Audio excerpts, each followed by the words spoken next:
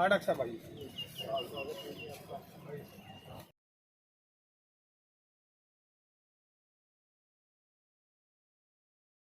ये पोस्ट सौंदर्य सौम्यता की अभिव्यक्ति है।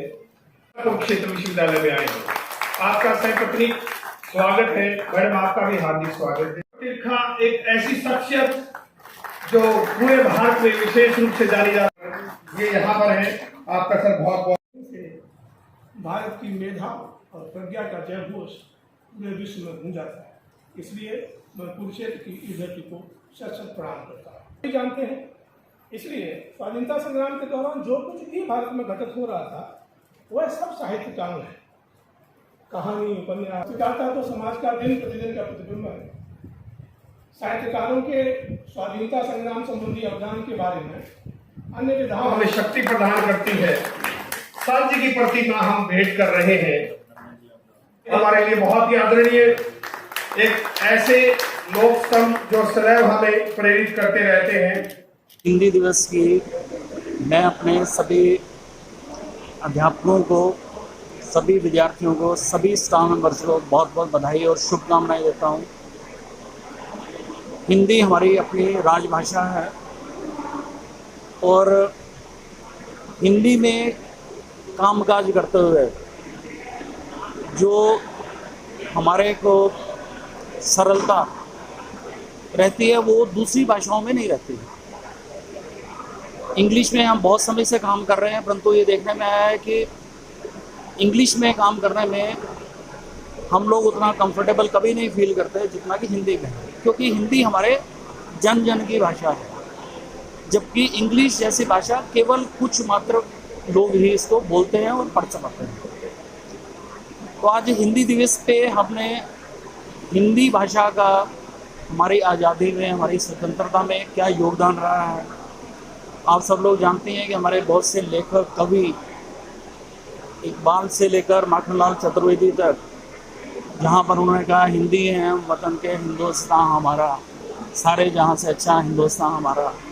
इसी तरह एक फूल की अभिलाषा कि हे माली मुझे तोड़कर उस पथ पर देना फेंक, जिस पर पथ पर शीश निभाने जाते हैं वीर हरे, माखनलाल चतुर्वेदी जी ने कहा।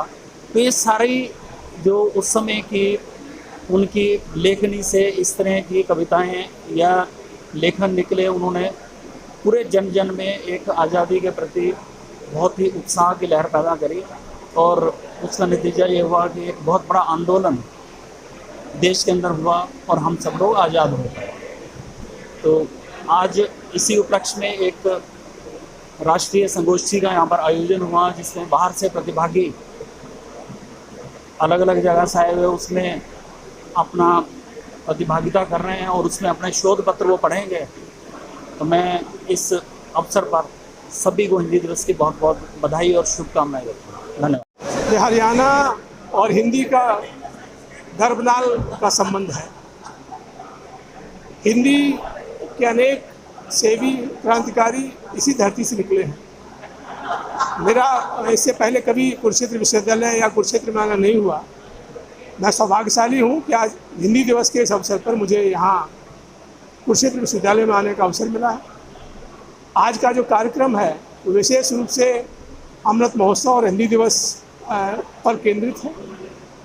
इस अवसर पर हमें यह याद रखना होगा और लोगों को यह याद कराना होगा कि जिस हिंदी को लेकर के हम सबकी भावनाएं आज दिखाई दे रही हैं, वैसे ही और उससे भी ज़्यादा क्रांतिकारी भावनाएं इस हिंदी के माध्यम से हमारी स्वाधीनता सेनानियों ने प्रकट की थी। हमें उस भावना को बनाए रखना है, लेकिन साथ ही साथ ये प्रयास करना है कि कहीं हिंदी हमारी पीछे तो नहीं जा रही है।